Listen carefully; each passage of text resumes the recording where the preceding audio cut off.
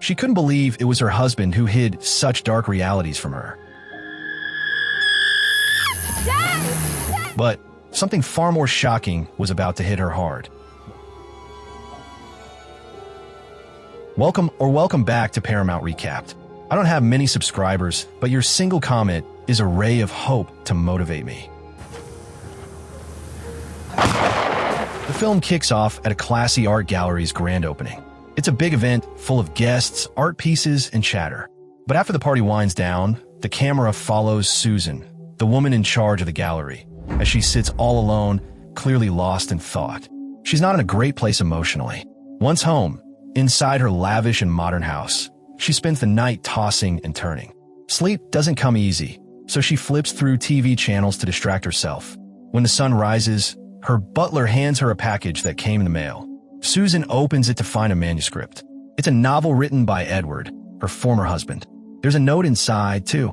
Edward explains that he wrote the book after Susan walked out of their relationship. It was his way of dealing with the pain. He says it's not published yet, but he wants her to read it before it officially hits the shelves in spring. He also mentions he's currently in Los Angeles and would like to reconnect with her. The title of the book? Nocturnal Animals. Later that day, Susan's current partner, Hutton, walks into the house. She doesn't hide her disappointment. She's mad that he didn't show up to support her at the art gallery's big night. Hutton tries to excuse himself, saying he had an important dinner to attend and couldn't afford to be late.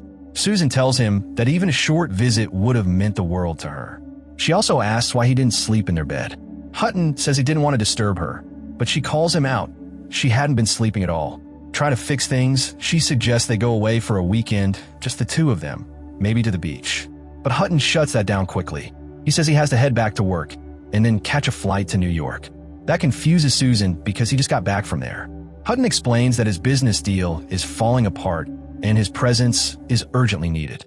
It's becoming obvious that money troubles are looming and their relationship is under pressure. That evening, they attend a get-together at a friend's house. One of their friends pulls Susan aside, noticing she doesn't seem herself. She asks if Susan's okay. Susan admits something she doesn't usually say out loud. Despite having all the material stuff she once dreamed of, she still feels like something's missing inside her. Before the conversation can go any deeper, Hutton cuts in to let her know he's leaving for his flight. Susan wishes him luck, knowing how desperately he needs to land that business deal. Back at home, Susan takes a couple of sleeping pills to unwind, then starts reading Edward's novel. The dedication page says it's for her.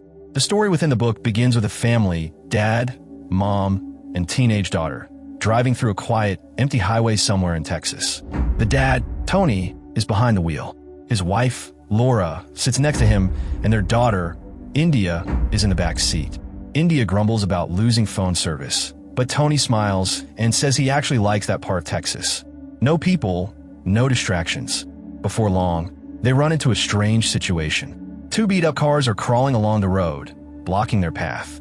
When Tony honks, one of them moves just enough so he can pass, but moments later, both vehicles zoom up behind them, tailgating aggressively. One of the cars even slams into them.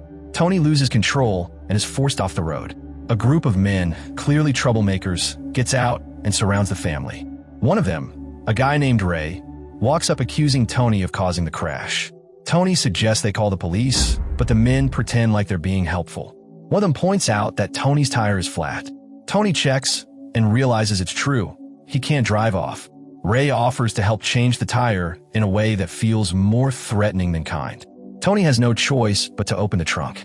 Ray then tells Laura and India to get out of the car and help with the jack. They're terrified but follow instructions. Things get even creepier when Ray starts acting inappropriately toward India. Tony steps in to stop it, but one of the men punches him and knocks him aside.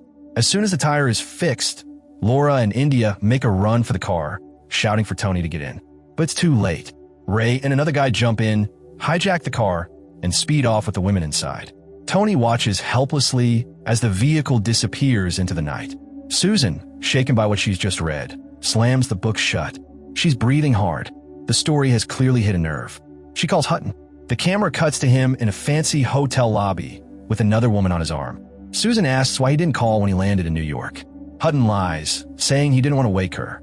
She hears him instruct the elevator operator to take him to the 31st floor.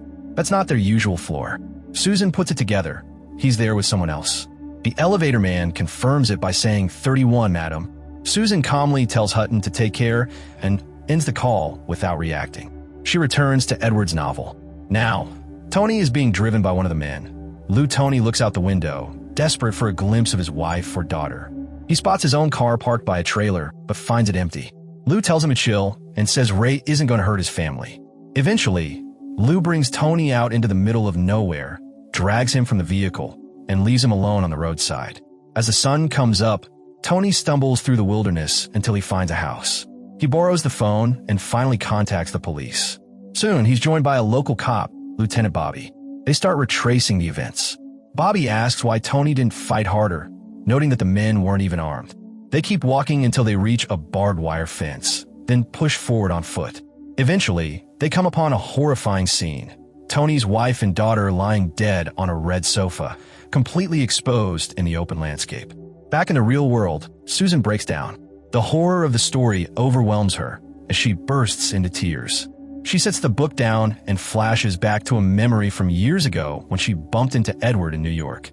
In the memory, he looks a lot like Tony from the book, just without the rugged beard. They're both originally from Texas and had gone to the same university. That day, they went out to eat. Edward confessed she had been his first serious crush. When he said she looked like her mom, Susan didn't take it well. She didn't want to be reminded of her. Edward asked why she gave up on her art. Susan admitted she'd become too bitter. He told her she was wasting her potential. That moment ended sweetly, though. She invited him over and admitted she'd had a crush on him, too. He smiled. Flashing back to the novel, Bobby tells Tony how his family died. Laura's skull was fractured, India's arm was broken, and she was suffocated. Both had been sexually assaulted. The cops also found fingerprints on the trailer Tony had seen, and now they're trying to track down the owner. Susan has another memory, this time at dinner with her mother. Her mom wasn't thrilled that Susan was planning to leave New York and marry Edward. She called him weak and not good enough for Susan. Despite Susan defending him, her mom warned her that she'd regret it. She told her, "He won't give you the life you want," and added, "Whether you admit it or not, we're more alike than you think." Susan rejected the idea, but her mom just said, "Wait and see." Feeling emotionally drained yet deeply moved, Susan decides to email Edward. She thanks him, tells him the story hit her hard, and says she'd like to meet up. So, after weeks of silence, Tony finally hears from Bobby again. The detective sends him a photo of some guy named Turk, saying he's their only lead so far. As soon as Tony sees the picture, he instantly recognizes Turk as one of the guys who attacked him and took his wife and daughter. But unfortunately, Bobby says Turk has disappeared. No one knows where he went. Time drags on with no new info. Meanwhile, we notice Tony's cleaned up, his beard is gone, and it kind of feels like he's trying to start fresh or maybe just cope differently. Then finally, there's a break in the case. Bobby reaches out again, this time with actual news. Turns out, 3 guys tried to rob a grocery store. One got away, another was arrested, and one of them was shot and died. The dead one? Turk. Bobby asks Tony to come to the station to ID the guy they caught. And when Tony walks in, he freezes. It's Lou, the dude who left him stranded in the middle of nowhere that night. Lou acts like he doesn't recognize Tony at all, totally denying everything. Bobby grills him about Turk and Ray, but Lou claims he doesn't know who they are. Still, Bobby tells Tony that they've got enough to charge Lou for the murders. Tony's statement, combined with the fingerprints found earlier, gives them a solid case. Bobby's confident the guy who escaped during the robbery is Ray, and he promises they'll catch him too. Back on Susan's end, she's not doing great. She's at work, staring blankly at her screen when her assistant reminds her about a meeting. Noticing Susan's spaced-out vibe, the assistant gently asks if she didn't sleep again. Susan says she never sleeps, something Edward, her ex, used to poke fun at, calling her his nocturnal animal. That nickname, and the fact that Edward named his new book Nocturnal Animals, really hit Susan hard. It's strange to her that he'd send such a violent, emotional story with that title, almost like he's sending her a message. Her assistant asks if she ever loved Edward, and Susan admits she did, but says she never really believed in him like she should have. She also admits she made a huge mistake leaving him for Hutton, who was successful and charming, but not someone she deeply connected with. Later, during a meeting with the board at work, they talk about letting go of an employee. Susan, clearly reflecting on her own life, argues against it.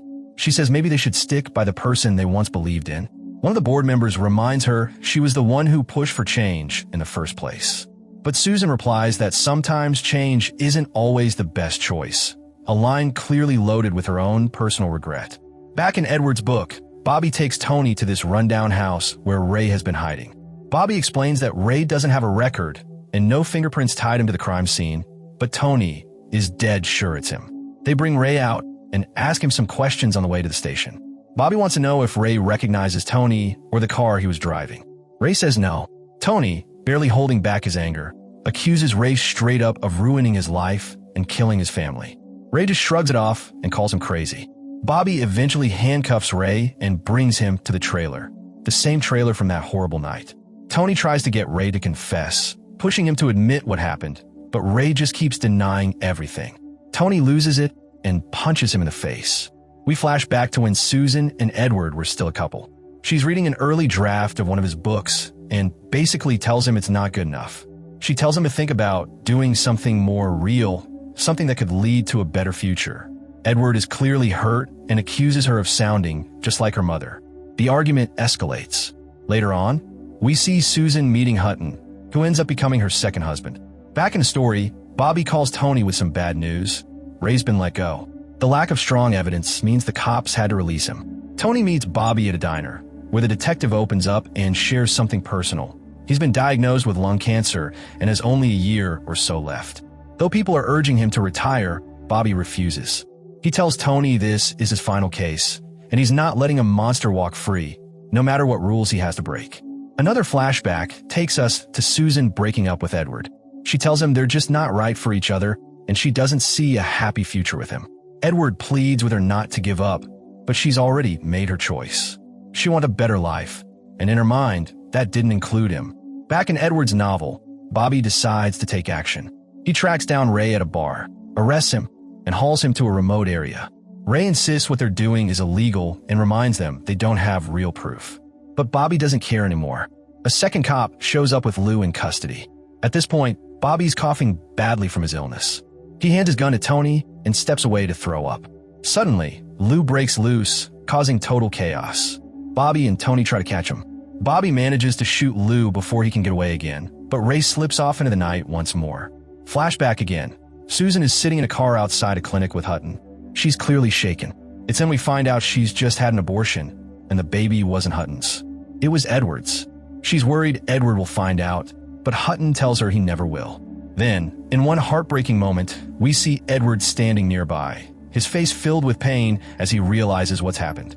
It becomes clear now, Edward poured all his heartbreak and grief into that novel. The main character, Tony, is basically a reflection of Edward himself. Just like Edward, Tony's quiet nature and sensitivity made him powerless in a tragic situation. His pain, his helplessness, it's all Edward's, just retold through fiction.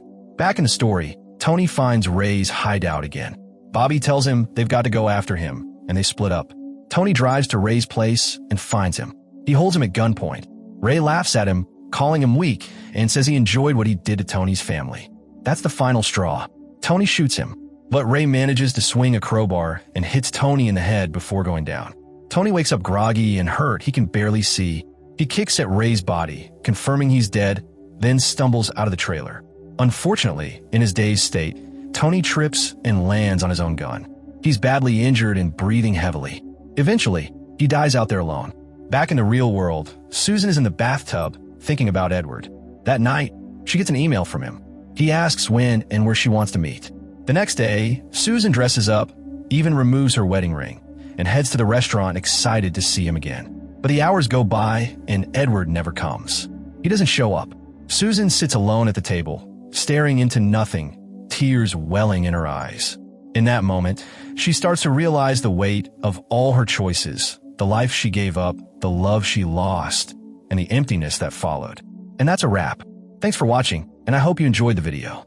If you did, don't forget to hit the like button and subscribe for more content.